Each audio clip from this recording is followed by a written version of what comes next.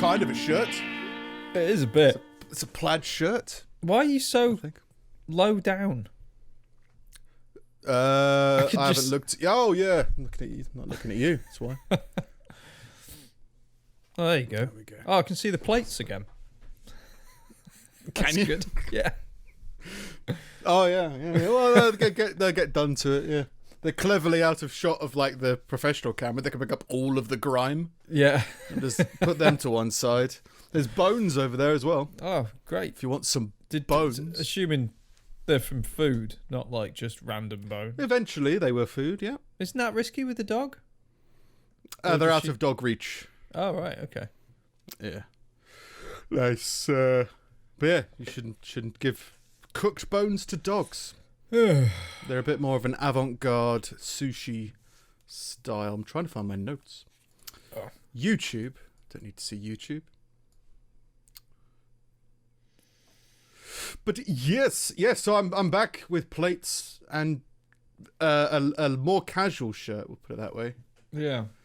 Been trying to figure out whether I'm going to start using social media again or not. I don't know. I wouldn't bother. For the podcast. It's like... So what does it do? I don't know. I was trying to think about it. It's like, I don't think people discover podcasts via social media. Really? No. Maybe a video. Maybe. Yeah, I mean, not a lot. But like the stuff like Reels and TikTok make it more viable. Because that's just like throwing videos at people. But again, I don't know what this says, what I mean by this, but I don't think people using TikTok are necessarily going to like our show. Maybe not. Do you know what I mean? Like, we might get eyes on, but it doesn't, I don't know. There's still part of me that's like, I don't know, I want to connect with people, and it feels like rather than just people watching, you know what I mean? Mm. So I think it's more, I still think this is probably more of a behind the scenes of the work that we don't do. Yeah. You know what I mean? Behind the scenes like, of nothing. Like, if I was to find this show, it would probably be like, oh, I saw the Christmas advert. The Christmas advert I liked. I'd like to know more about it. Oh, there's a podcast. Oh, yeah. It's in keeping. It fits with that. That's how I would see a natural progression of... Yeah. Like, so you're pitting all your hopes on Christmas. On the Christmas from 2 or 3 years ago. Yeah. But, you know, there's other stuff wanting to do. You know, there's, starting to plan out doing more stand-up-y stuff. I think that's the same kind of thing of, hey, if we chat and you like the comedy that I do, then you might like the comedy that I do at home. Yeah. Maybe. And then, the idea when we started the show was to do more and more creative stuff. We did one. We can do more in the future. Who knows? Yeah. To be fair, I think we did have the itch over the kind of pandemic period. It's it just makes it impossible because we were going to do like a second load of Christmas stuff, but it was just like, this isn't viable. Yeah, this is true. And then there's other. I think. Yeah, I reckon this is probably the behind. Yeah, it's behind the. I think we've always kind of said this, right? It's behind the scenes of all the other stuff we do. It's just we don't do that much other stuff that references back to this. You're not like, oh, if you liked my bakery promotional video. Yeah, that's the thing. We don't do a lot show. Publicly. Well, I still think I'm starting to get set up for doing a new show that I've worked out the acronym, but I don't know what it's going to be called. So it could be PT, pulling teeth, right? It's going to be the PTSD. Right? But so you like don't know what SD special means yet. Bulletin, special something. Yeah. Denouncement. Standard deviation. Yeah, but it's like a 10-minute focusing on a couple of shows with a couple of a couple of news articles with a couple of things thrown in. Yeah. And you'd be like, oh, that's a much more promotable, you know, can make it clean, can make it edited, can make it YouTube-y. And can be like, oh, I can easily put that out once a week. And then, hey, if you like that, then you can like this. Yeah. Again, it's not even for any big reason. It's just, I feel like I've been maintaining the show rather than growing the show. Yeah, no, and same. It's not just you. It's both of us. It's just that's just how it's been. I think it started out as like, well, it's the pandemic. We just kind of got to do what we can do. But as things are opening up again, it seems like it'd be a good time to sort of start approaching other avenues. Yeah, I mean, I still think. don't even know how podcasts a bit. I don't know why I just want to grow because it feels like we would get more out of interacting with people of similar mindset. Yeah. That's all. I mean, the idea would be like if we wanted to film something properly, then I mean, one of the big problems you had was like, oh, you just don't know anybody. Yeah. So we need someone to be in this scene and we don't know anybody. We've written it. We had fun writing it. We could perform it, but there's only a limit to amount that we can do. Yeah. Independently. It's not a massive scene around here. Like I've gotten to know like people who will make like filmy kind of stuff, but purely by coincidence of like finding them miraculously, or because I've sold the last one was like I sold something on eBay and it turns out he lives like a few towns over. I'm like, we should stay in touch because like there's not a lot of people around here that do this kind of shit. And it's random happenstances like that. But as far as an actual community goes, I'm sure they're about, and particularly like around the university campus and stuff like that. But most of them like come in, they learn their shit, and then they fuck off to Manchester or London or like wherever else. But like Manchester's not far away. London's not far away. In terms of filming something over a weekend, it would just be cool to have people to chat with who need people to record stuff or be in something, write stuff communally together. Sounds good. Yeah. So yeah, it's more of an aspect of trying to find like-minded people, I guess, who want to create stuff. Well, I feel like I feel like a situation in which we are forced to be around each other would be more beneficial than just kind of like meeting up once a week and being like and then kind of going our separate ways and trusting each other to kind of do something. Like I was thinking about this earlier. I was like, well, if I actually got the business to a point where I was sort of close to getting an office, I would probably get an office with somebody else and like split it. So it would make sense to kind of do it like that. Just get a place that's maybe a bit bigger than either of us can actually afford, but that we could afford together, and then we'd actually have a studio space. Yeah, that's true. That's true.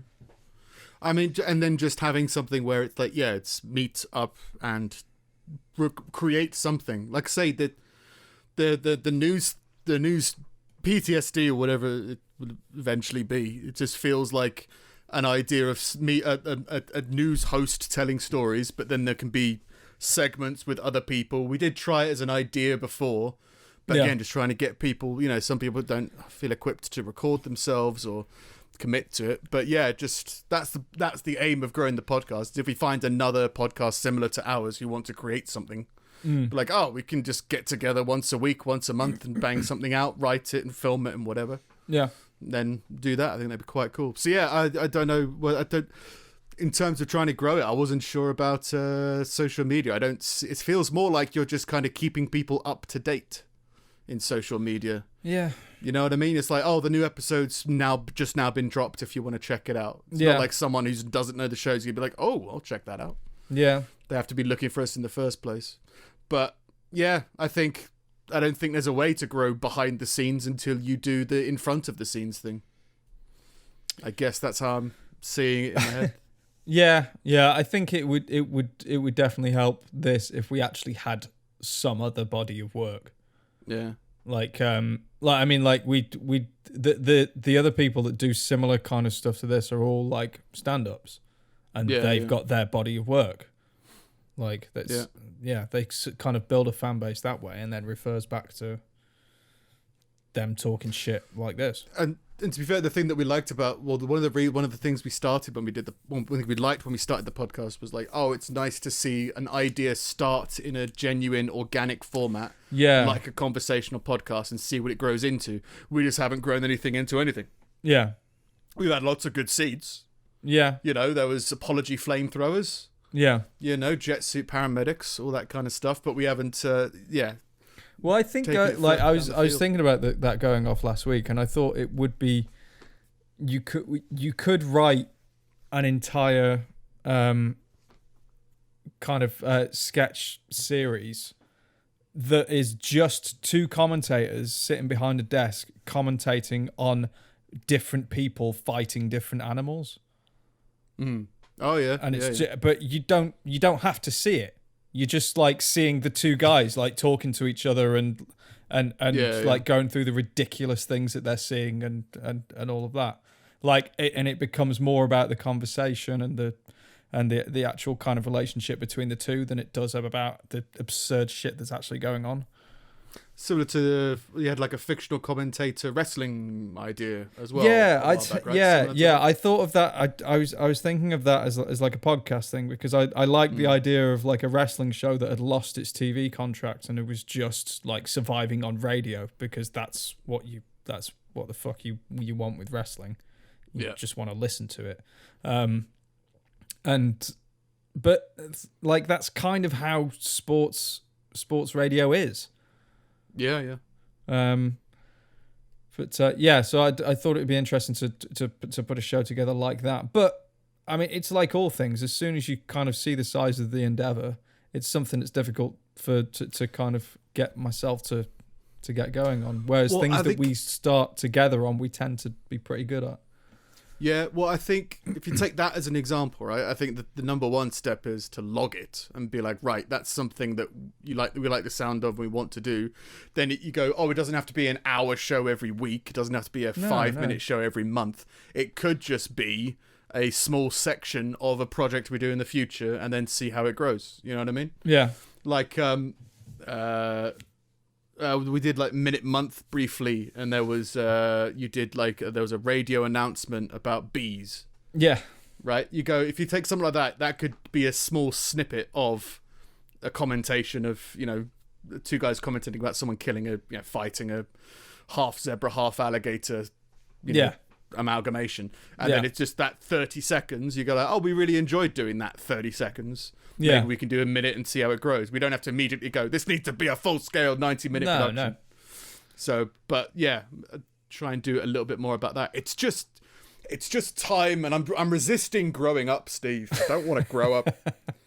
Because if you put it into real context, you go like, it's something that we want to do, but it's another full-time job. Yeah. At the end of the day, doing all this stuff. And that's good. That's, what we want. But it's just, there's a resistance to that. There's I'd rather just bake. That's just it. It's true, though. But, like, I was thinking about this the other day. And it's like, as soon as I want to do something, and I've gotten over the resistance to do it, the actual time aspect of, like, putting time into something, I have no problem with, generally. Like from having no time to do anything, I suddenly found 2 hours a day to go to the gym. You know what I mean? Just because I wanted to do it. So like it, I think I don't mean like the time thing is an excuse generally, because a lot of the time you don't have time to do things. But it's one of those things that like, well, if you really want to do it, you'll be able to. Yeah, it's just that it's the slow release of the dopamine, I think. Yeah. I mean, take, and then it's a lot of the time it's instead of doing what you feel you ought to be doing, start doing what you want to do. Like I say, like social media is just not something I've never had any dopamine from or any enjoyment from. So it's like, I ought to, make sure there's a Facebook post every day. That's what I should do, right? Because that's what's meant to be done. But it's because I don't get any enjoyment out of it. It's a struggle, and it takes 5 times the effort to do something you don't want to do than to do something you do want to do. So you're like, I'll just put that to one side and just do this instead. But yeah, it's just instead of that, like wanting to go and find dopamine somewhere else because it takes a while for real dopamine and not manufactured dopamine. I mean, you could sit down and watch The Office if you want. That's quick dopamine. It's a show full of weak people, but it's a show that's in the background that's better than nothing. Yeah. You could burn through 6 seasons in a couple of days. That's those days sorted. What are you going to do then? Rewatch House of Cards? I don't know. Just do that instead. But Did you finish House of Cards? No. The last season got a bit too... rushed, I think. Right. It all felt really weird, and then everything was about Kevin Spacey whilst trying not to be about Kevin Spacey. Yeah, it's a bit. But I didn't like House of Cards. I think after season 4 or something like that, it got a bit like, I don't even think I got that far. I was First two enjoying it to seasons where were I got good. up to. I think I finished. I think I was like halfway through season 3 or something. Yeah. So yeah, it was high quality, well shot, interesting to watch. But yeah, I'm not really big on the politics or like I've got a plan. Like, okay, Yeah. I'm gonna live in this white building. All right, fine, Great. have fun. It's a big I house. hope it's as white as you want it to be. Yeah. Yeah. Yeah. You're gonna play basketball in the yard. Well, now you can because of Obama. Yeah. I think he was the person who brought in a basketball hoop, and everyone was like, "Oh, Obama's bringing a basketball hoops to the." It's just that's just how he works out. Get over It's it. just I- the next president needs to install an ice rink or something like that. Fuck Yeah. it. Yeah. A nice Doing this now. stadium. Yeah. Yeah, why not? Yeah. I haven't written an intro this week, but No, we're, that's fine. We're definitely I within. haven't This written is any episode points. 239, I think. Yeah, episode 239. We're on YouTube if you're just listening to us, and if you're just listening to us, we're on YouTube.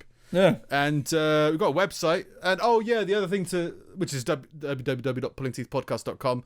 And we've got an email if you want to send any submissions in. We do get listener feedback and stuff like that. But if you want to, it's wisdom@pullingteethpodcast.com. Send us any articles you like or hate mail. Don't care. Yeah. Good.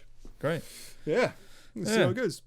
But yeah, so you got no points, but how are you, Steve? I'm all right. I don't have any points. But I was thinking, I watched 1917 last night.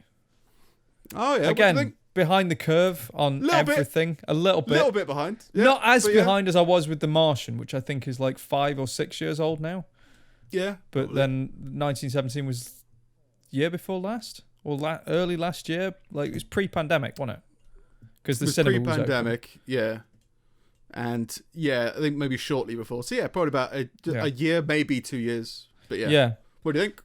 I loved it. I thought it was great. I thought I was gonna get a bit caught up in the whole kind of like one shot thing, of like just from like an analytical perspective of being like, well, no, they blocked the screen there, so there's probably a cut, but there's probably a cut there as well. But like I thought it was going to distract me, but I just kind of forgot about it eventually, and it was great. I had that in Birdman. I still haven't watched Birdman. Not surprised, but yeah. No, it was all right. It was all right. But yeah, I got that in. They were like really big enough, and you have to forgive that these long shots can't be done one full shot. I think that was the aim of Birdman. No, that's just it. It's not. It wasn't a thing of like, well, they cheated that. It was just an analytical thing. Just just because it's the shit that I like doing. It's just I like to kind of figure out where I would have put cuts in or like clever places where they could have and stuff. Yeah. But no, it was great. I think it was about 20 minutes, and then I just like fully kind of like got into it and got past that bit. For a film with like, I know this sounds shallow, but with a bunch of people I've never heard of in, and for it to be sold to me from like quite a gimmicky standpoint, like anyone I heard talking about it was never talking about like the actual story or the journey or anything like that. They were just like, oh, it's amazing, it's like it's all shot at once. It's like, well, I've kind of seen that before. But then like it hit really well, and it was weird because there were some points where I was like, this reminds me of like American Beauty. There was a point where like there was a certain kind of air of tranquility about it before the horror of climbing over bodies and stuff, where he was floating down the river, and all the blossoms started falling, and there was a certain feel and air and something about it. I was like, there's something about this film that I really like. And then it turned out it was directed by Sam Mendes, who I think was the guy that did American Beauty. I think so. Alan Ball, I think, wrote it. Alan Ball was one of the big things, because then he went on to do 6 Feet Under, and I remember that being a connection, but I don't think he directed it, or it was something like that. But maybe Sam Mendes. But no, like I'm trying to watch more films, because every time I watch one, I remember that I really like watching them, and it's a place to kind of not just get lost, but to find inspiration for the kind of stuff that I'd like to make and stuff like that. But it's that stupid thing again where you're like, oh, I'm just so busy or something like that, and then you sit down and watch like 2 hours of YouTube, and it's like, well, you weren't Like, I mean, like maybe that was stuff that you wanted to watch as well. But I think for me, it's I have trouble with sort of long form stuff now because I've gotten so addicted and used to short form stuff. Of just I think it is that kind of quick release, that kind of quick beginning, middle, end. Oh, great! Now I can watch another one and just consume. Whereas with a film, it feels like a real investment these days. I think there's just they don't make films very fast. So like I think I've gotten to a point where I've seen a lot of films. I don't think there's a film that's like, oh my god, I have to see that. That's going to be great, unless it's a new release. Yeah, you know what I mean. It's like, oh, I can go back and watch films I've watched before, sure, but like the reason I don't watch as much film as I do television is because I think there's just more quality television coming out these days. Definitely, yeah. So it's like that's why because I don't watch as much films. I'll put films on in the background sometimes. Yeah, but yeah, it's quite rare that I'm like, oh yeah, I'm gonna sit down and watch this. The man with one red shoe. Yeah. It's a baseballing Tom Hanks film, I think. Oh. But yeah, it's like, there's just not that many big films. Well, I only really watch like films like maybe four a month, maybe. So like, it's not. I've got quite a massive back catalogue of stuff of like viable, apparently really good films that I've just never seen. And it's probably going to be that way till the day I die. Because you just don't want to spend more than, what was that, 6 hours a month watching things that you really enjoy that give you inspiration. Yeah. Well, it's that thing again. It's that doing what you feel you ought to be doing. There's the opposite of that. There's like you shouldn't be sitting down for 2 hours to watch a film because you want to do something else. Yeah, and you'll actually go do something else that will take much longer mental power to do. And you're like, if you just took a break, it'd be much better. Yeah, I think that's why I never understood people not liking the gym is because not regularly going to the gym is because like I just guess they never enjoyed it.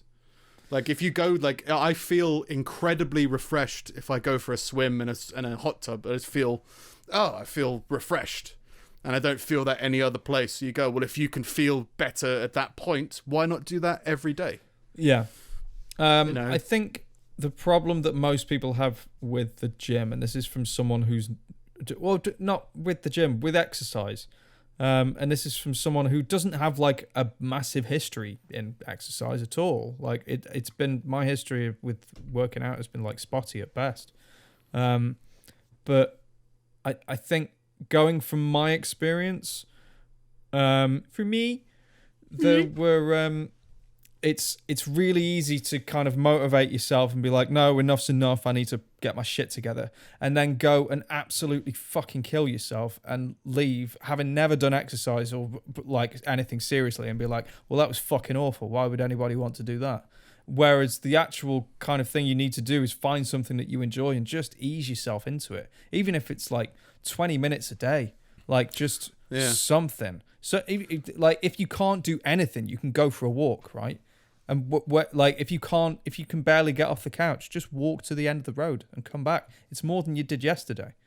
But again, people have this thing with like going hardcore and be like, okay, I'm gonna go and they go and they find a routine offline without knowing anything about it, and go and before they know it, they've spent half the day in the gym from having never been there before, just absolutely killing themselves, and they can't wrap their head around how you build that into your life. Like I can't spend fucking 16 hours a week here. Like that doesn't make sense at all. It's like, well, no, because you haven't tried to tailor it to you, and you haven't tried to build the habit. The habit's the most important thing.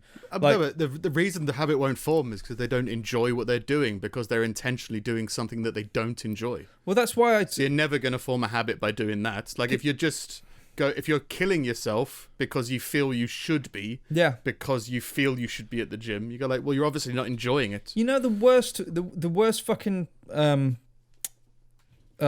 worst fucking thing for that is like those stupid videos and routines you find that are like just 20 minutes a day, and it's 20 minutes of absolute murder. Like it's like high intensity cardio shit.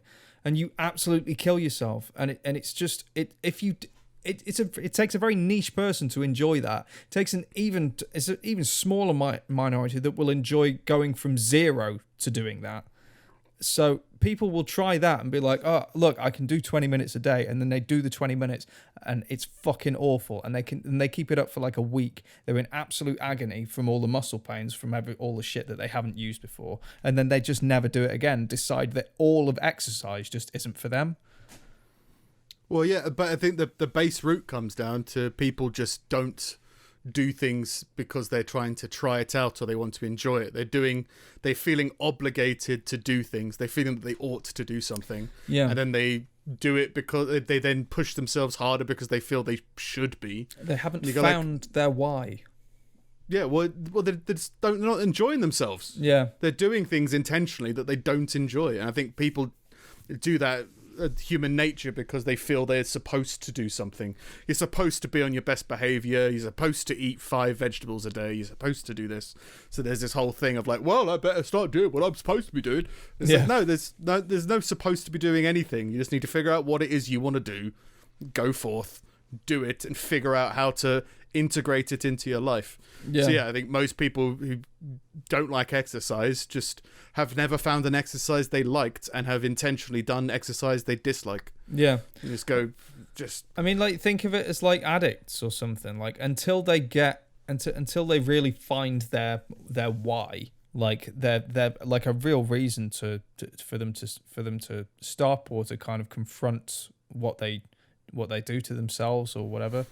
There's no motivation for them to change, and we're all addicted to the way we live. If the way we live is easier than the alternative, but I think the why is the problem. I think because there's always a reason why you should do something, right? Because you ought to. You should be doing exercise 3 times daily, an hour each. You should do 3 hours of exercise every single day, and you should eat this food at this time, and you should make sure your nutrients are this level. You ought to be doing those kind of things, but none of it's enjoyable.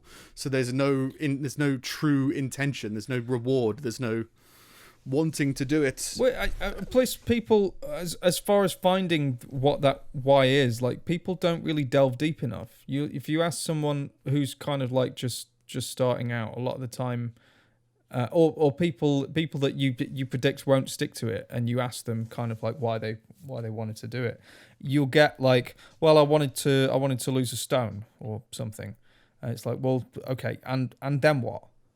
Like, are you saying like so you're just gonna do this whole lifestyle change until you've lost a stone, and then go back to, like, you have to see like that's not sustainable, right?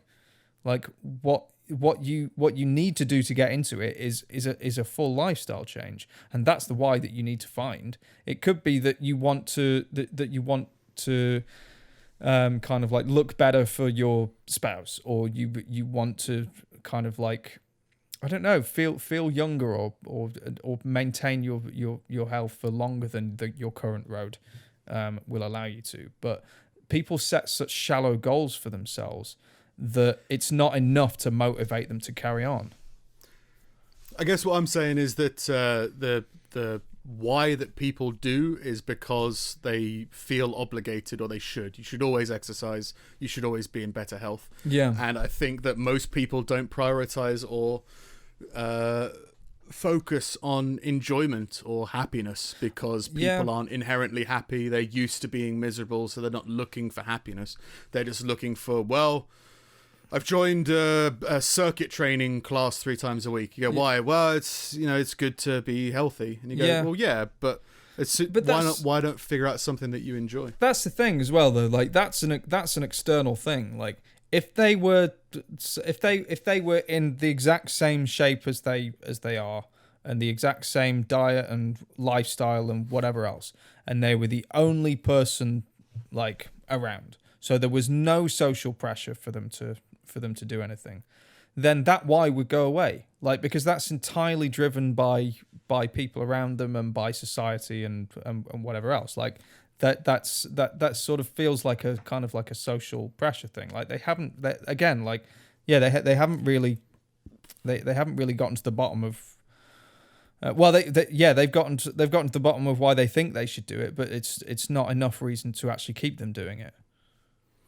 Yeah, I think to finish off the court, I think it's just people get stuck living the life they feel they should be living. And you just go, it's the same reason, it's the exact same logic of procrastination of, people say, oh, I'd worked in a restaurant with actors and they didn't have a show reel, but they wanted acting gigs so they could add it to their show reel. And I was like, well, why don't we just film a show reel for you today? They're like, no, that's not how it's not how it's done. Like, there's a load of companies that just do that.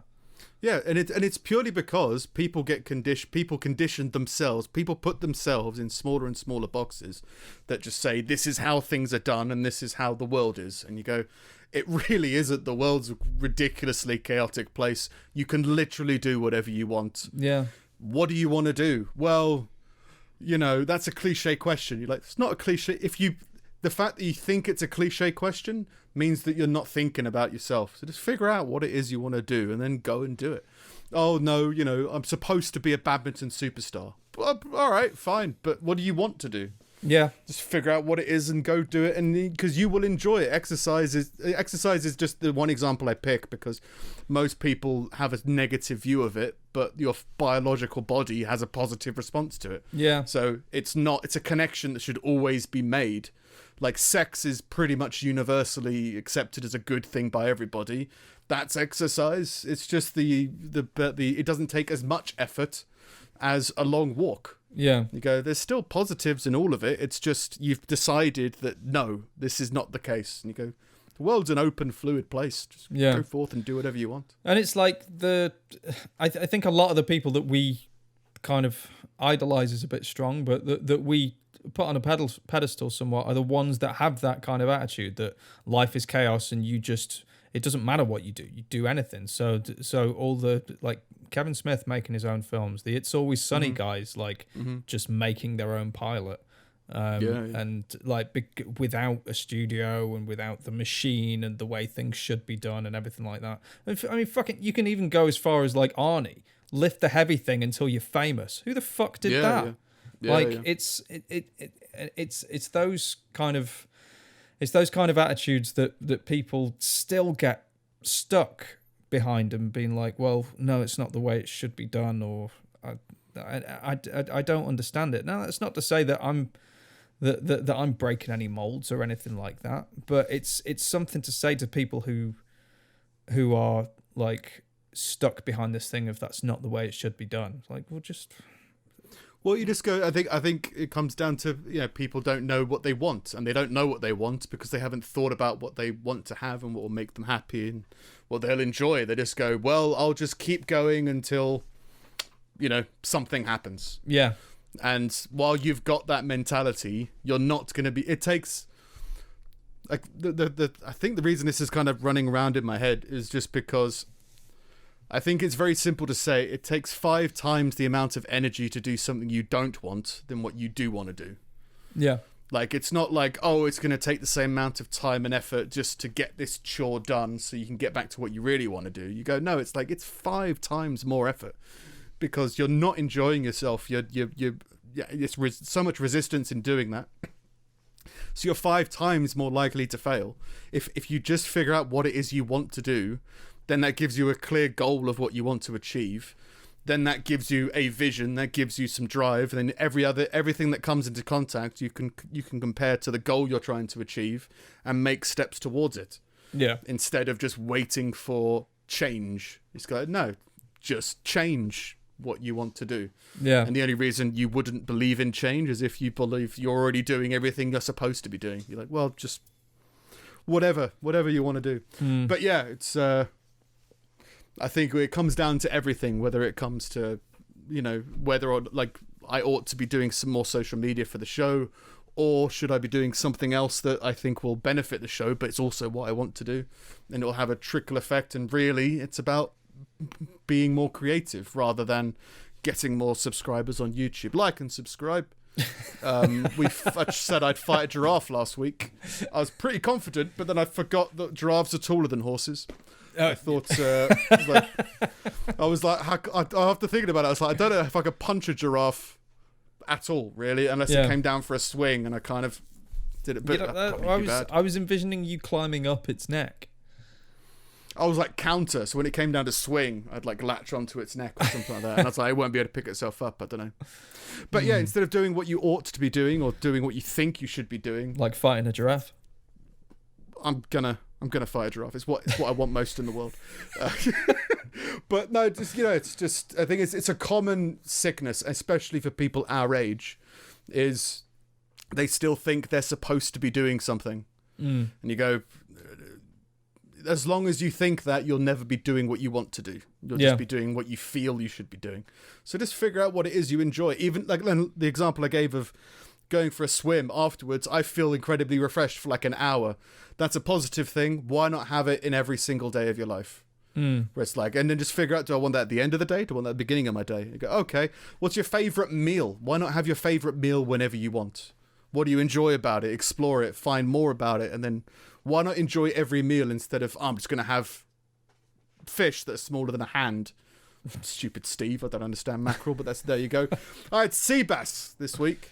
I was like, I'm pushing the boat out. Came back with a sea bass. Yeah, how was it? Fine.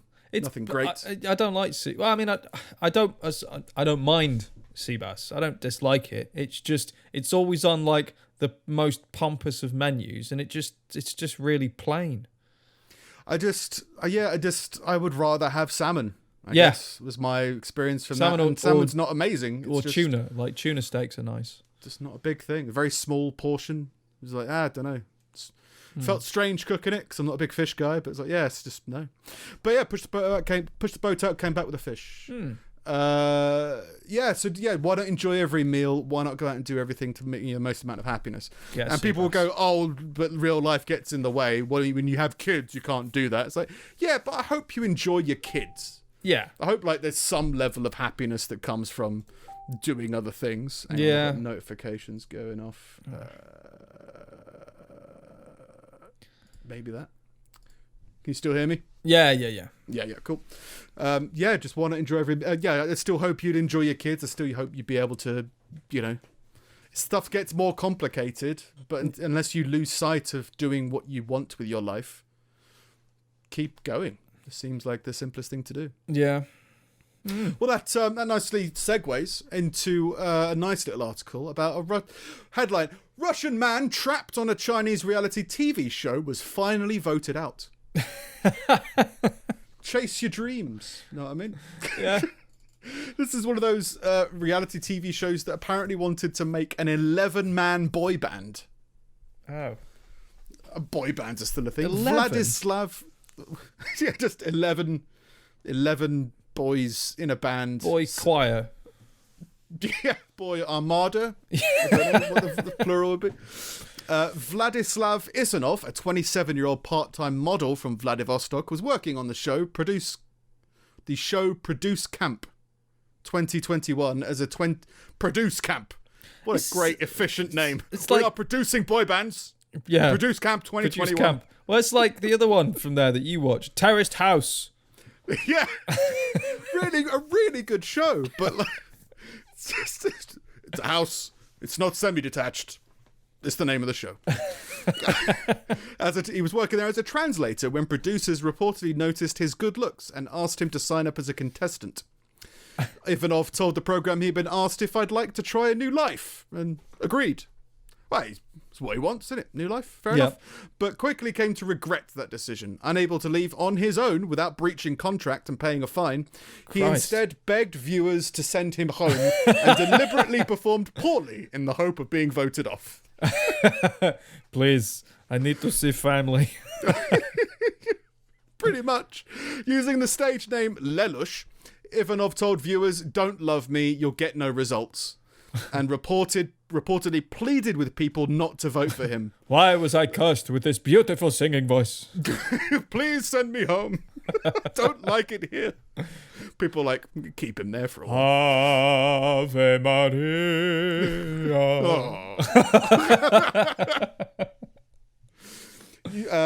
But his first song was a half-hearted Russian rap. Please send me home. Wiki. I want to go home now. For God's sakes, please.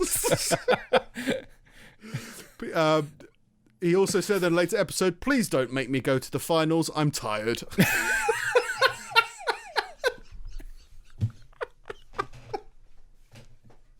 Maybe that's just his gimmick. Maybe that's just well, look, if I say don't send me home, if I say send me home, everyone else says please don't send me home. I'm going to be the guy that says please send me home. And then they won't because people are just naturally spiteful. Like, I voted for him. What was that? I can't remember what Big Brother it was, but I think it was like there was people having breakdowns on Big Brother. And I remember thinking at the time, like, that's just going to make people are going to want to torture them more, right? So it's like, keep her in. But having a terrible time. We know. It's the show. Didn't somebody climb over the wall and run away? Jack D. Oh, did he? He just left. Had enough. I'm leaving. He went on to say, "I hope the judges won't support me. While the others want to get an A, I want to get an F, because that stands for freedom. And freedom is outside." His pleas went unanswered, however, and he was propelled through 3 months of competition and 10 episodes, plus extra digital content. A fan base, which had taken to his grumpy anti-celebrity persona, or were perhaps driven by Schadenfreude, urged each other to vote for him and let him 996, which is a Chinese phrase to encourage them to work 9 a.m. till 9 p.m. 6 days a week. Ugh. 996! Please no. Oh, that sounds horrible. That sounds terrible. 996. Others called him the most miserable wage slave and celebrated him as an icon of Sang culture, which is a Chinese millennial concept of having a defeatist attitude towards life. It's become a movement. Ted from Scrubs has become a movement. Aww. That's millennial Chinese people now. Fair enough. After making it to the final, Ivanov grumpily ate a lemon on camera.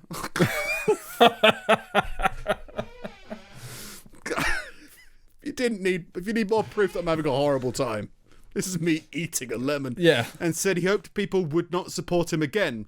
"I'm not kidding," he said, deadpan.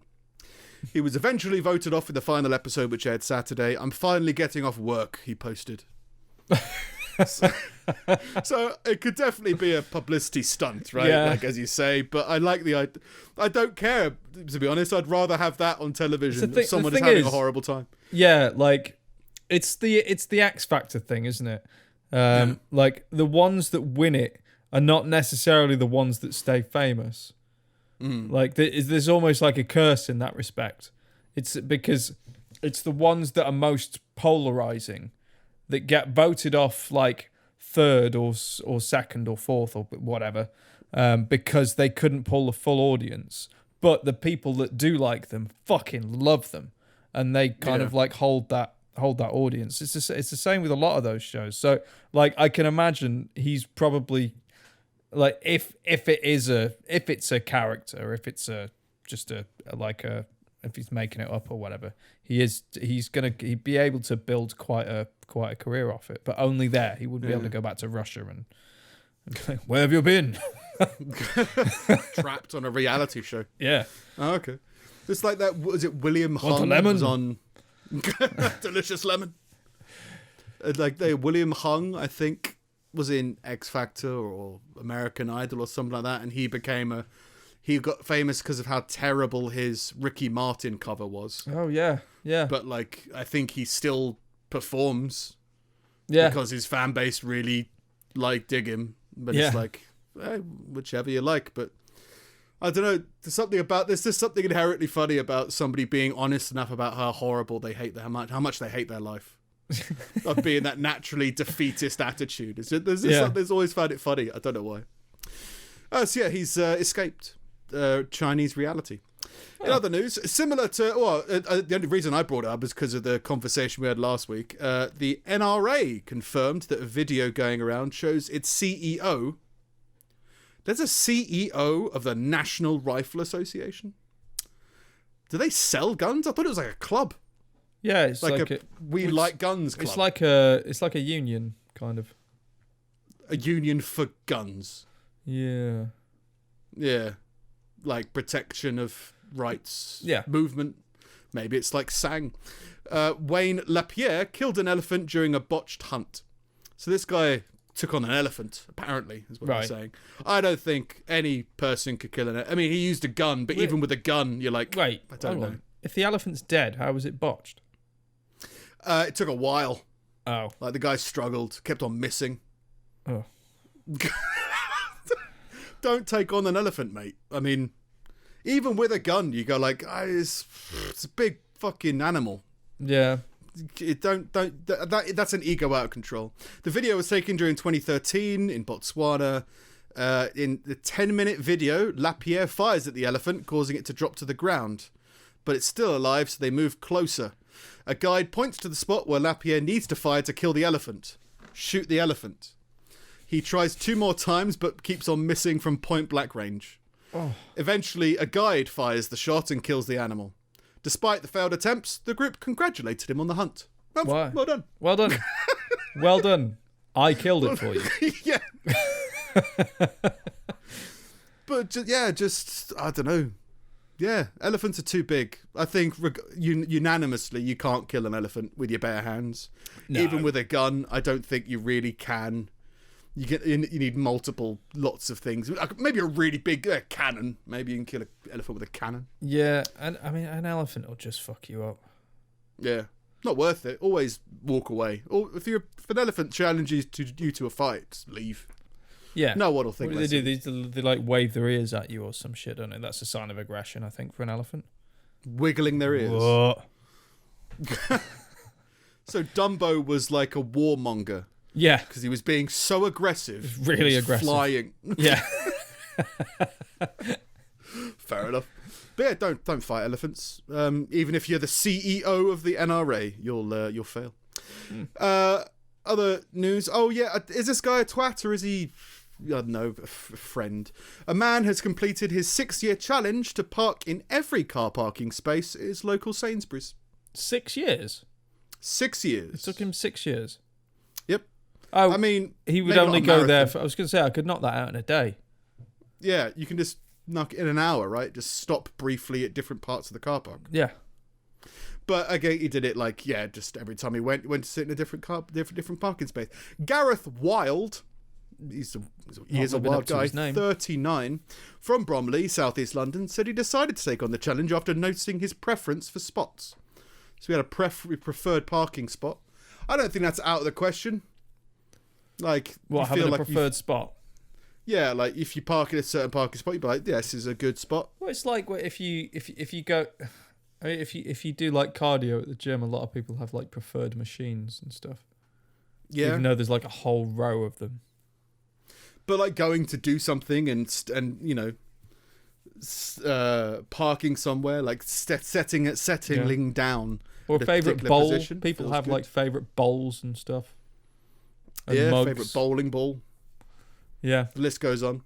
For the last 6 years, I've kept a spreadsheet listing every parking spot I've used at the local supermarket. And now it's bid sad. To park in them all. And then it becomes, I like a spreadsheet. Don't get me wrong. Yeah.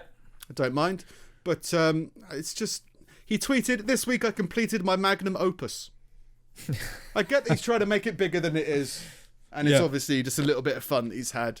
But it does go on. There are only so many parking spaces. Why not try and get them all? It's a collector's thing, I suppose. A collector's collecting parking spaces? Yeah. Might be. And now his life's got no meaning. Now it's over.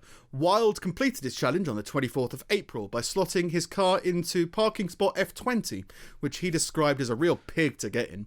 He asked, I don't want to make out that this was too big a deal, but there was a moment of elation. It's a little pet project, so I can understand getting joy out of it, so it's fair enough. Still trying not to hate this guy. People responded to his thread detailing the challenge with questions, asking what's the best space in the car park was. It turns out there's a lot of questions about car parks, he said. Not really. It's the same question again and again. Yeah. The best spaces, I mean, comfortably, you've got to be looking at C1. C1 is just gold dust. All right. Wild said his wife is very supportive, while his daughter, Aubrey, 4 years old, regularly joins him on parking missions. It sort of became a thing that we would do. Having her along is a bit like daddy-daughter time, you know? No. Going to the shops. Going to the car park. Yeah.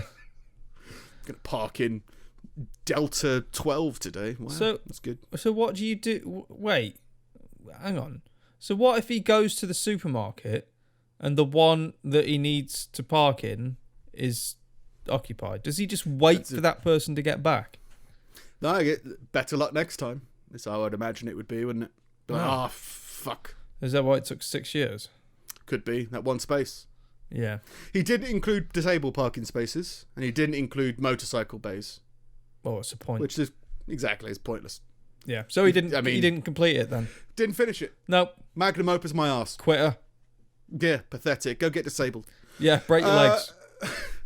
On that note, well, not really, because they both died. A 29-year-old woman was killed in a tragic accident on Sunday when a man jumping from a parking garage landed on top of her. God. It's so horrible. It's a guy trying to kill himself. He was killing himself. Yeah, but like, I mean, I understand, but you're killing yourself, not like. Well, maybe I've assumed it wasn't intentional, and that the guy just felt terrible before he died. Like even worse, even more terrible, I should say. Oh no, bam! No, I'm going to kill that woman. Yeah. I mean, it's again the world's chaos, right? That she shouldn't have been crushed by a falling man. No. But the guy was doing what he loved.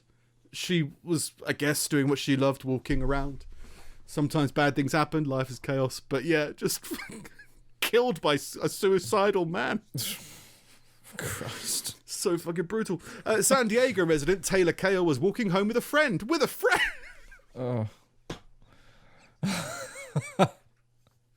I mean, I've witnessed the death of a person who was walking with his friend. It was still funny, but fucking horrific. Yeah. But it makes it so much more funny to be like having a conversation with somebody and then they're gone for ridiculous reasons. Yeah. Falling man. You're talking to, you know, what was it, Taylor, and then suddenly she's now two people. Like someone's replaced her. Walking around 7:30 p.m. when a man jumped from the 9th floor. It's coming down pretty fast. You might not have seen. I don't think he would have had the sense of. He didn't aim for her. I don't think. If you're on the 9th floor, I think it's difficult to judge where you're going to land. It had to be a complete accident, and in an apparent suicide attempt. No, yeah, it was. I think it was a suicide attempt. Kale spent the day on a second or third date with a man she met online. So she went out on a date and then got suicided. Yeah.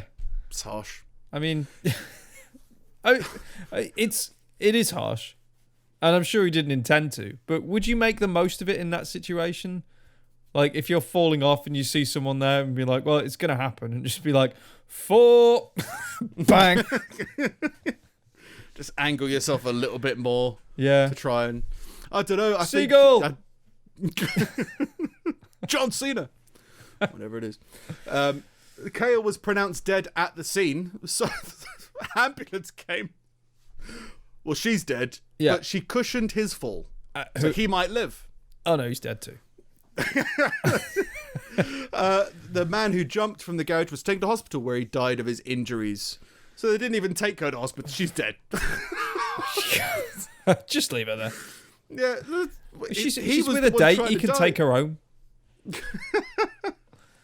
The man who jumped from the garage is suspected to be between 20 and 30, but hasn't been identified. The cause of death for both victims is blunt force injury. Well, I think technically, but I think the cause of one of their deaths is the other person. Yeah, if he'd At have least lived, one of them is from depression. If he'd have lived, would he be done for manslaughter? Must be done. It's right? illegal. I think it's you would have to be. Yeah. If not murder. Well, not murder. No, it couldn't be. Yeah. Manslaughter. You'd have to prove intent. I think he'd be done for manslaughter on himself as well, isn't it? Like he attempted suicide as a crime or something like that. So like you tried to kill yourself and you accidentally killed someone else, you're definitely going to prison. I think Feels you. like it. I don't know if you go to prison. I think you probably end up in like a psychiatric place. You'd be sectioned, Maybe. wouldn't you? I don't know. I reckon you'd probably just go to prison. Yeah. Once you're out of hospital. Get that sorted. Oh, you're all healed. Get in the van. Yeah, you're being watched in prison, kind of, probably. I Yeah. have no idea. Huh. I found this weird. A baby was found in Birmingham, and they had like photos of the baby. I mean, don't all babies look pretty much the same? Yeah. Yeah. Boring. I don't understand. I mean, if you had a baby and you lost your baby, and I saw on Facebook that they found a baby, Yeah. I feel like I would already know that you lost your baby and would be looking for it. Yeah. Rather than, Steve, did you know your baby's on Facebook? Not to like racialize it, but aside from like skin color or something, like there's not really a lot that differentiates one baby from another. And I get the feeling that they change. I don't have kids, so maybe it's people already know exactly what their friends' children, because it's not going to be like the parents are going to find it on Facebook. They want to try and find people who know a baby that's missing. Yeah. And in that case, all babies are possible finds, right? Not just this one's got black hair. Well, maybe the baby bleached its hair. Who knows? Yeah. Babies do that. Go bald. Yeah. Good, different outfits. I don't know. Yeah, it just felt weird having a mugshot for a baby. And in other... Oh, this was a small one. A woman discovered that she was given a felony embezzlement charge and an arrest warrant because she rented out Sabrina the Teenage Witch on VHS in 2000 and didn't return it. Arrested. She's a warrant for her arrest. And felony embezzlement. It ruined her life. She claimed oh, I've written this because it was very bit thick, but she claimed she didn't even rent the video, like her housemate rented it under her name from like a Blockbuster or something. Right. And she only found out when she got married and tried to change her driver's license details. And there's a warrant out for your arrest. What? Yeah, for a VHS tape. What? Well, then why wouldn't... That doesn't make any sense, because it's like, well, you know where she lives. Nah, but America's weird, isn't it? Because like, I think different states, like there could be a warrant out for your arrest in one state, but they can't go to the other state to get you if you live in a separate state. That's a whole thing, I think, and it's only like if they find you... Oh, because it's not their jurisdiction or whatever. Yeah, something like that, maybe. Something or else maybe I've it's seen just in the movies. low priority. Yeah. Yeah. But yeah, they found out that she suspects the words felony embezzlement led to her rejection from at least 5 jobs in the last 20 years. Christ. Yeah, anybody trying to see whether doing a background check on her is like, well, she's a felony embezzler. Yeah. Why? Because of Sabrina the Teenage Witch. Oh, don't work for us then. Because it's a very serious charge, I think. Felony, if it's a felony, right? If it's a felony, yeah, any federal crime. And she said she didn't even like Sabrina the Teenage Witch, so she's been suffering like a curse from a witch. She's been suffering with this. Not even a good film. Years. Don't even like it. Fucking talking cat. Yeah. And then the cast of Sabrina were moved by this story. Melissa Joanne Hart posted a shrugging emoji. Moved. Nice. So moved. And another of the show... She is 20 years of no jobs. Yeah. No good jobs. And another cast member said, seriously, let's all sign a script for her to help her out. I think implying they're going to auction it for money because the script of Sabrina the Teenage Witch was so good. It's going to sell for thousands. It's going to make up for 20 years of missed jobs opportunities for a show that she didn't like. Yeah. Oh, yeah, she'll get 20 quid for that. She doesn't like you. Well, maybe now there's a shrug emoji. What do you think, Sabrina, you teenage witch? I'm in my 30s and I couldn't give a fuck. Oh, it's probably a lot older than that, right? Yeah. I don't know, 40s. Yeah. That cat's dead. It was a puppet, wasn't it? I don't know. It talked. I assume they just gave it a lot of training. It's like a stunt cat. They trained it to talk. Yeah. Read your lines. Line. Just do it. Meow. I want to leave. I'm trapped on this American reality show. Please send me home before I eat a lemon. Yeah. That's me this week. Yeah. Fair enough. All right then. Following concern from the public, the Australian government has finally stated officially on the record that their COVID vaccine cannot connect you to the internet. I mean, that's exactly what someone who didn't want you to know that would say, but right. I feel like it will connect you to the internet. internet. No vaccinations. Who doesn't want to be connected to the internet? Yeah, right. I mean, the thing, if you told me that it could, I'd probably get it. Yeah. Yeah. I'd like to stream Adult Swim on my head. Yeah. Whatever it is. Some of the mRNA vaccines being developed include the use of material called hydrogel, which might help disperse the vaccine slowly into our cells.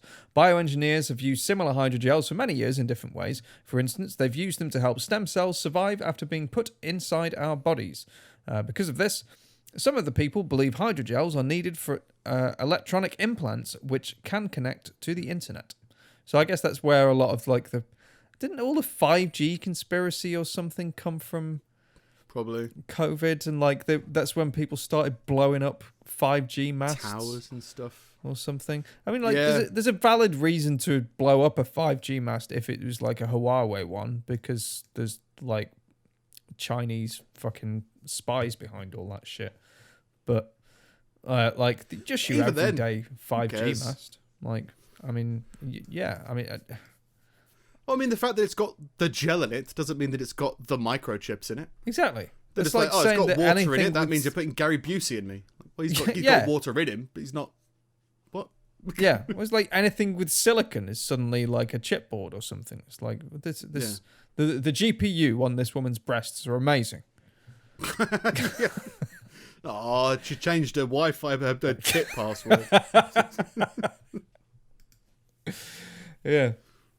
In other news, I tend to stay away from the culture wars stuff. I think there was a point in time where, I think things were maybe like a lot more embroiled than they are now. I mean, it seems like things are, but at the time when we used to do culture wars stuff, it felt like not a lot of people were talking about it, but not many people were as freaked out about it as I was, and I don't know if you were, but as I was at least. But these days it seems like everybody's talking about it also. We don't tend not to. But I will cover this because it was interesting. A transgender teen in Perth, Australia, who tragically took their own life, has been given 2 funerals after their parents couldn't decide on their gender. Just bury her twice. Or bury them twice. Or bury him twice. Bury them all. All right. It's a weird reaction, but fair enough. The mother wanted to bury them under their chosen name. The father disagreed and wanted to use the birth name. Eventually, they split the ashes across 2 funerals, one for each name. Oh. It's what they would have wanted. Left side. All right, fine. Well, that's weird. I guess that's a strange situation, I guess, isn't it? Because the funeral is for the people who are mourning. Nobody's going to be mourning more than the parents, on average. Yeah. So I guess, how do you get that? I mean, do you get closure if you bury somebody under the name that you didn't know them as?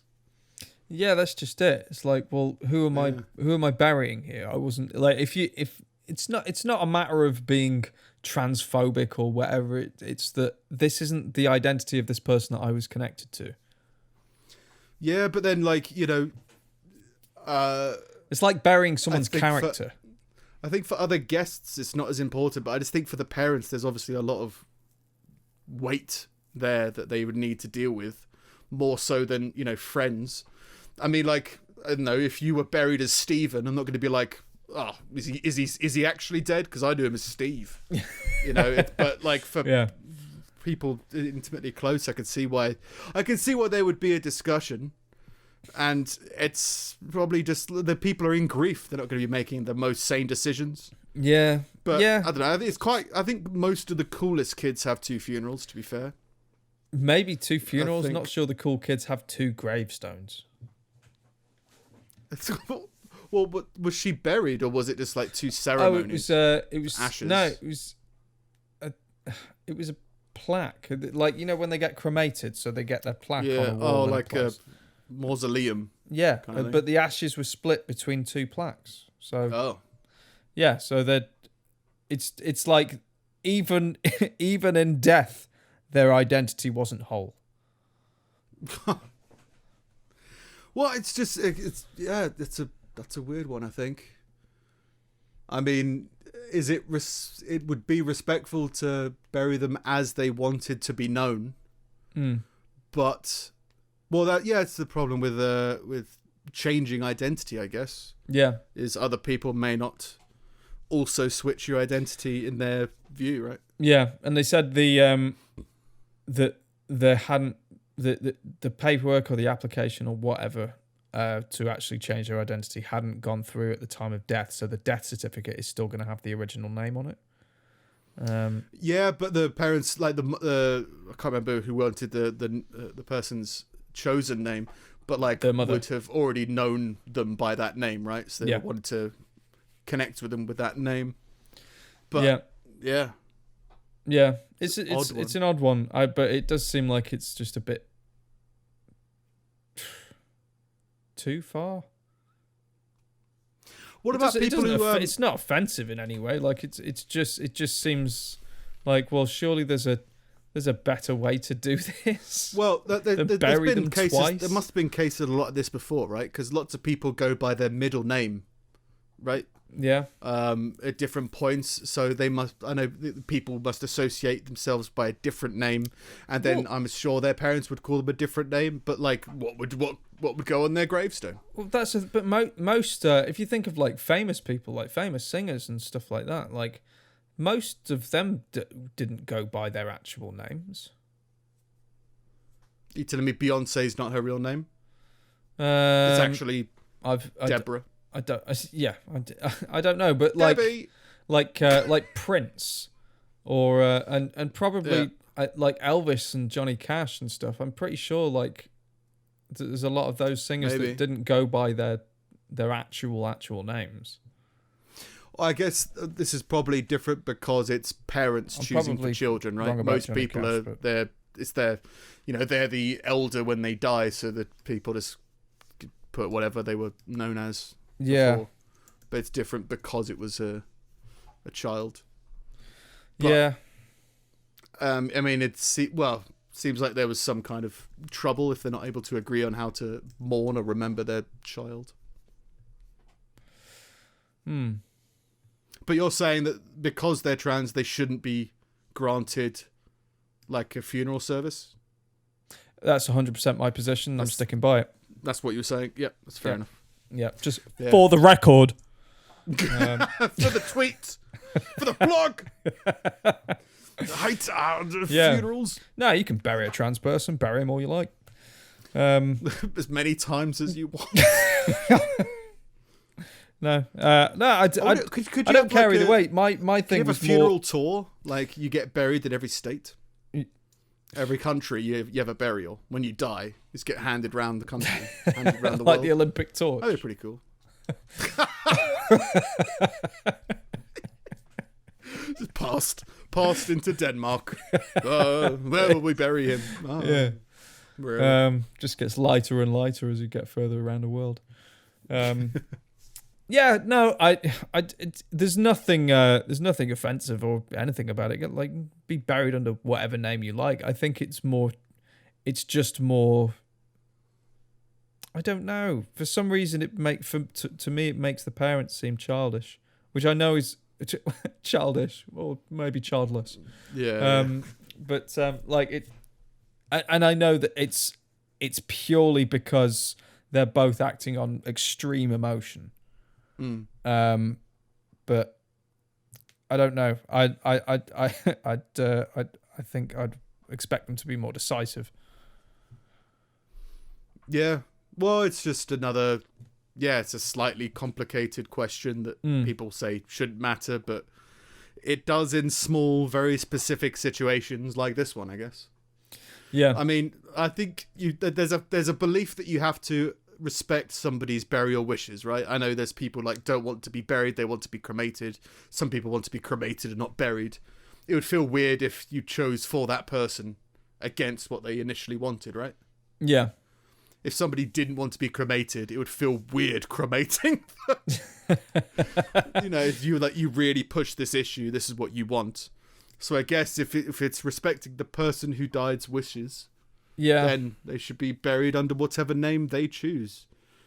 And I guess it's the parents' place in that situation to respect the child's decision as opposed to put their grieving first. But they're in grieving situation. They're in a situation of deep grief, aren't they? Yeah. Anyway, I'll steer clear of any more controversial situations. Senators in Nigeria have come forward in support of a bill to create a national database of cows. Just like a car park spreadsheet we saw in a Sainsbury's car park being done by some guy. Yep. We want that, but for beef. Yeah. Oh, okay. Lawmakers said the bill intends to indicate the ownership and prevent rustling, as well as collect genetic information on animals and improve the ability to trace animals. So rustling is just like stealing cows. Oh, not like rounding them up. Well, I guess you would round them up to steal them, right? Yeah. He said the system would deter animal theft and aid security agencies to mitigate the incessant conflicts between herders and farmers. Apparently, is it going to deter they've got a spreadsheet. Fuck. Yeah. I'm out. Because if you have a national... I guess it's like chipping animals or chipping your dog or something. It's like... It doesn't necessarily deter a theft, but like if it's found, it can be returned to its owner, I guess. Well, aren't cow passports a thing? Each cow has a passport in the UK. I think all animals. Yeah. Yeah, so there are already if they have to be shipped abroad. Yeah, but I feel like there's always like documentation for farmers' animals and stuff like that. You got a license for that cow? Yeah. Have you got that cow's unique ID? Yeah. What's its barcode? What's its gateway government ID? What's its national insurance number? Yeah. But, to deter animal theft and aid security agencies to mitigate the incessant conflicts between herders and farmers. Apparently this is some kind of weird fucking cow civil war shit between people that herd them and the people that farm them. It's been going on for decades. I mean, I've seen sheep that have been defaced, right? As in, like, they've been graffitied on. Oh, right, yeah. I'm assuming that's rival farming armies, right? Sure, Clyde was here. No, I genuinely don't know what it's for, but I'm assuming it's something to do with shearing. Yeah. Right? As in, they've just been sheared, or this was sheared on the 1st of March 2020. Whatever it is. Yeah. But that could be, maybe they're putting the cows on the sheep database. Maybe they're expanding. Decades-long conflict over access and control of land between the nomadic cattle herders and local farming communities has led to thousands of lives lost and millions worth of property damage. Thousands of lives lost because no one could figure out whose cows these were. Lives lost. Decades-long conflict over access and control of land between nomadic cattle herders and local farming communities. So I guess... It's got like firing on people who think are stealing your cows, but actually they're stealing their own cows. Yeah. So So there's like, I guess the farmers are like, we own this land, and there's a whole side culture in Nigeria of like nomadic cattle herders who essentially like live in tents and just kind of travel the land with their herds. I guess selling cows off from town to town and stuff like that. So grazing in fields as they go. Yeah, but going through what used to be free land and is now owned by farmers, and it's caused conflicts and cost thousands of lives, apparently. Well, yeah, just I mean, I'm assuming they're talking about human lives, and I guess it has been farmers defending their land, I guess. Yeah. Yeah. Fair enough. Good old cow beef database. Yeah, but database of cows. John Hinkle, avid bowler, celebrated bowling a perfect game on the 12th of April using a ball made from his late father's ashes. It's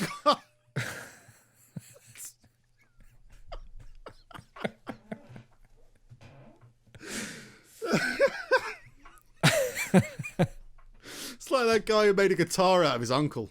Yeah. Or whatever it was. Yeah. It's like... He's like, and yet, yeah, he had to put his hand inside his rib cage to play it. Yeah, it was weird. John's father never bowled a perfect game, but he cultivated the love of bowling in his two sons, who still play today. Oh, yeah.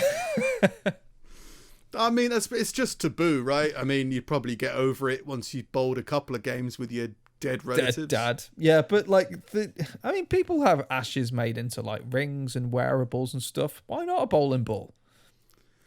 Because you throw it. Yeah, but like, he wouldn't necessarily like a ring. He liked bowling. It's just, I don't know. It just feels a little. I don't know. A bowling ball feels more like a tool. Yeah. I mean, why not mold yourself into a hammer? You know, you're like, well, it's because it's not held in a place of respect. It's held in a place of mundanity, I guess. Yeah. You know what I mean? I mean, like I say, it's just taboo. You'd probably be fine after a couple of spares or whatever. But yeah, it just feels odd to be like, I mean, what if you lose your bowling ball? Oh, I've lost my dad. Yeah. Again. Yeah. You polish your dead dad. Apparently. You know, oh, Bob, there's gum in my dad. You know, it just feels like it just doesn't. Yeah, I don't know. I'm sure it's a method, it's a way of celebrating somebody, but yeah, I think the gut reaction is, oh, that feels weird. Yeah, weird isn't always bad though. Yeah, and finally, local residents of Kingston, New Hampshire, reported an earthquake to local authorities after a couple set off 80 pounds of explosives for their gender reveal party. These are still going on. Yeah. 80 pounds of explosives. I'd like to blow up a bunker. Why? Because it's a girl. The expectant family from Kingston, a town not too far from the Massachusetts border in New Hampshire, set off such a blast that it could be heard across state lines. They heard this in Iowa. We heard a god-awful blast. Sarah Taglieri, who lives in the home next to the quarry, which is where they set off the explosives. They had a party in a quarry so they could put these explosives off. I guess that makes sense. It knocked the pictures off our walls. I'm all up for silliness and whatnot, but that was extreme. Others reported that the blast cracked the foundations of their homes.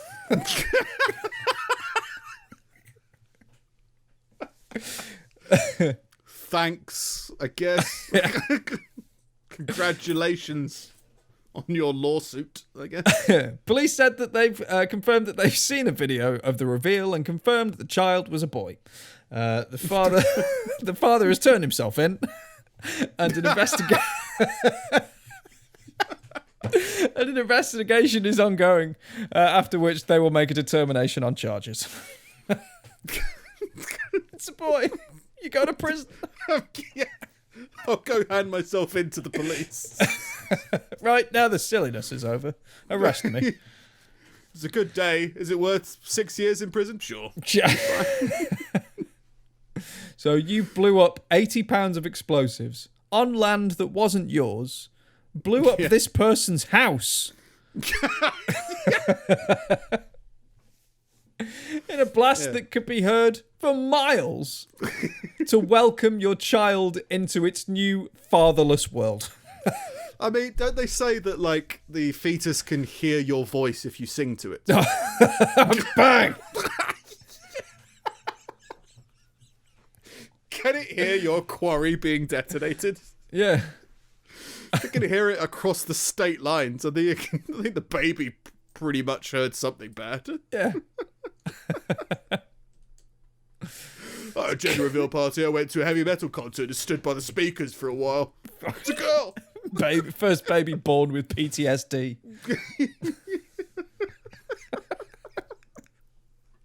I get, like, explosives and that. It's pretty cool. Like, it'd be pretty cool to set a truck on fire for a birthday reveal or something like that. I can understand the instinct. But just when people come to explosives, I think they just don't take it very seriously. No. Well, of course it would be cool, but it's an idea. As a responsible parent, you would go, let's not use £80 worth of explosives. Firecracker? Anybody? I like firecrackers. That's the thing. I mean, like, it's gone from like cutting a cake and be like, oh, it's a blue cake, to just detonating things. Yeah, to a quarry. Yeah. At least in some respects they were somewhat responsible, but I find it difficult to believe that they knew how much of an effect £80 of explosive was going to have. I think they just bought a load of explosives and then were like, stand 20 feet back and hope for the best. Well, that's what I mean. There needs to be some kind of responsibility in there of like, before we set off the explosives, how big is it going to be? Yeah. Like, we need some... How do you set these explosives? It's not like an app. Yeah. You turn the notification bell on and the whole thing blows up. I bought Uncle Dave. He's strapped a load of fireworks together before, so he knows what he's doing. Yeah. He's got the detonation cord. Here comes Uncle Dave with one arm. Yeah. He's got half of his daughter in a box. It was a girl. It was a person. Yeah. Then it just became dust. Yeah. Without even a crematorium. Yeah. Yeah. But, yeah, fair enough. That's it for me this week. Did you see there was something that I saw that went on called the Joshening? Did you hear about that? No. No, I like the idea, but I think it's very much a student idea that then becomes like actually, it sounds terrible. Oh. There's somebody called Josh Swain, I think, and he found all of the Josh Swains on Facebook and then challenged them to a battle, and whoever comes out the victor gets to be crowned Josh Swain. Oh, right. And everyone else has to change their name. Oh. And then it evolved into, he gave them a year's notice and coordinates to Nebraska. He said, meet me here in 1 year. And we'll duel it out. There can be only one, kind of thing. Right. And then it kind of evolved into anybody called Josh. Oh. So then there's like a load of Joshuas went to Nebraska recently and had a fight with swimming pool noodles. Like those inflatable noodles. Oh, right, okay. And that's why I went, I couldn't take it that casually. That's a bit of a letdown, isn't it? If anybody challenges you to a duel and there can be only one, you can't be like, oh, let's do it in Hungry Hungry Hippos. Yeah. You'd be like, no, it's the same reason I can't do escape rooms. You'd be like, no, it's just violence, right? Yes, violence. Yeah. Are you telling me I can't escape? Are you telling me there can be only one? I'm going to deal with this. Or die trying. I'm happy about that. Put that on one of my gravestones. I think I'd just change my name and just go there to cater. Like, just get a barbecue and be like, no, it's all right. I changed my name. I stood down. It's fine. I'm just here to officiate. Mackerel? Yeah. Anybody wants some mackerel? Yeah. I mean, it's after 7, but anybody wants some mackerel. Mackerel is a breakfast fish. And then they crowned a 7-year-old the winner. Oh. I get that they're trying to be adorable. Shut up. Exactly. So no, I'll kill that child and I will become Josh. Is that what you're saying? Kick it into the sea. So I mean, it's at uni. It sounds like a funny idea. There could be only one challenging everyone else. Yeah. But like, then it just evolved into softness, weakness. Yeah, it was halfway there, and then it just went out. What they needed was £80 of explosives. Yeah. And a whole new gender to reveal. Yeah. That would have been fine. More than 2 funerals. Get within range of a couple of state lines. Yeah. Detonate the world. Yeah. Then let's challenge them to one game. Like, you can challenge them to any game. Like, checkers or whatever. There can be only one Josh Swain who is king of checkers. I challenge you to checkers. Yeah. Or whatever it's going to be, a run, a sprint, whatever. But like, that sounds more fun. But the fact it was an inflatable noodle fight. Just a whole thing. How do you lose? You could do a whole Josh Olympics. Like, just a bunch of events, and it's like there's a first, second, third. Second, third mean nothing. It's just first. Yeah. But like, second place you become Gary, third place you become Gareth. Yeah. And it slowly devolves away from Josh. Yeah, but not just like, oh, it's some pool noodles. Like, actually think about the event.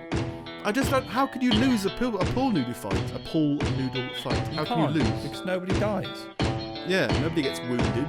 It's just like fencing where it's points. I don't think so. No. I think they just crowned a 7-year-old because they couldn't give a shit. It's like those flash mobs that used to show up in Bristol and have pillow fights, and everyone's just like, "Oh, isn't this fun?" It's like, well, no one's getting hurt. Yeah. Kill yourselves. That's why I came, to watch you all die. That's why I came. I'm hoping this is the only way I can think to get out of the English reality show of my life. Yeah. Eat a lemon inside a flash mob and hopefully I die. Mackerel.